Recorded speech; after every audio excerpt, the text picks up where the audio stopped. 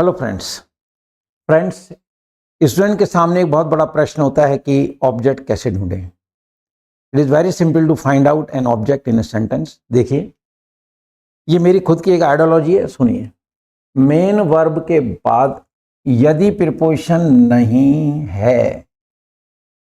नहीं है तो वर्ब के बाद वाला शब्द ऑब्जेक्ट होगा, चाहे वो एक शब्द हो, चाहे वो दो हो, चाहे तीन हो, या इससे ज्यादा हो। राइट? तो अगर आपको ऑब्जेक्ट ढूंढना है तो मेन वर्ब, पहले सब्जेक्ट होता है, फिर हेल्पिंग वर्ब, फिर वर्ब होता है।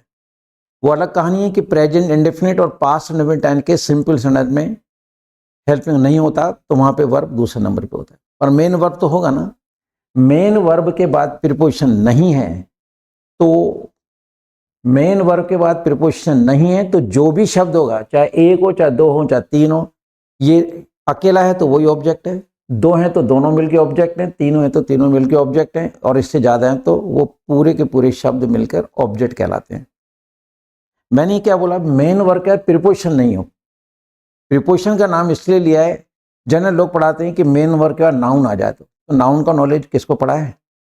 40 साल के एक्सपीरियंस है फ्रेंड्स, नाउन के बारे में स्टूडेंट्स को कुछ भी पता नहीं है, कुछ भी पता नहीं। इंग्लिश मतलब लिखना और बोलना कोई इतना आसान नहीं है। वैसे इंग्लिश आसान है, लेकिन जो तरीका है वो आपका अप टू द मार्क होना चाहिए।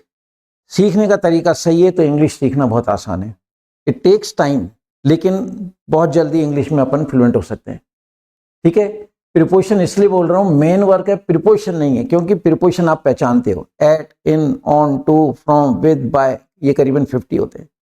अब मैं कह दूं कि मेन वर्ब के नाउन आ जाए तो नाउन के बारे में नॉलेज ही नहीं ना। मैंने लिख दिया गार्डनर इज प्लकिंग, अब मैंने मान लो एक यहाँ पे वर्ड डाल दिया रोडोडेंड्रॉन, एक फूल का नाम है सदाबहार। अब स्टूडेंट को रोडोडेंड्रॉन कभी सुना ही नहीं कि रोडोडेंड्रॉन कोई फूल है, इसका मतलब होता है सदाबहार। तो मैंने क्या कहा समझाने के लिए कि मेन वर्ब का प्रीपोजिशन नहीं है तो फिर जो भी है, चाहे वो एक शब्द हो, दो हो, तीन हो, ये सब मिलके ऑब्जेक्ट का रूप धारण करेंगे और ऑब्जेक्ट कहलाएंगे। क्लियर? देखिए, यदि मेन वर्ब का प्रीपोजिशन है तो ऐसे वाक्य में ऑब्जेक्ट कभी नहीं होगा। ये देखिए, ठीक है ना, women are gossiping in the room, स्त्रियां कमरे में गप्पे मार रही हैं, ये मेन वर्ब है, इसके बाद प्रीपोजिशन आ गई है।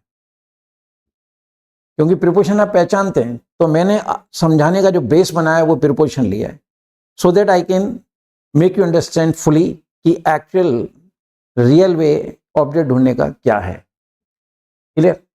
तो मेन वर्ब के बाद प्रीपोजिशन आती है तो ऐसे समय में ऑब्जेक्ट नहीं होगा। दूसरा एग्जांपल देखिए, a child fainted in the class, again main verb के बाद आप देख रहे हैं प्रीपोजिशन आ रही है। तो friend, this is the right way to find out an object in a sentence. So it is very simple to find out object in a sentence. It is very simple to say कि main verb के बाद preposition नहीं है तो जितने भी शब्द हैं, एक, दो, तीन और भी ज्यादा हो सकते हैं, वो सब मिलके आपके ऑब्जेक्ट कहलाएंगे। और अगर मेन वर्ब के बाद प्रीपोजिशन है, ऐसे समय में ऑब्जेक्ट होता ही नहीं है। तो फ्रेंड्स, ये छोटे छोटे कॉन्सेप्ट हैं, अगर ये क्लियर होंगे तो आप मतलब English up to the mark बोल पाएंगे, लिख पाएंगे। And specially when you are appearing in competitive exams, तो इंग्लिश का जो पोर्शन है या इंग्लिश का एक पर्टिकुलर पेपर है, उसको आप आसानी से अटेम्प्ट कर पाएंगे। देखते रहिए वीडियोस। जय हिंद। डाउनलोड करें इंग्लिश वाले सरदार जी ऐप और सीखें इंग्लिश।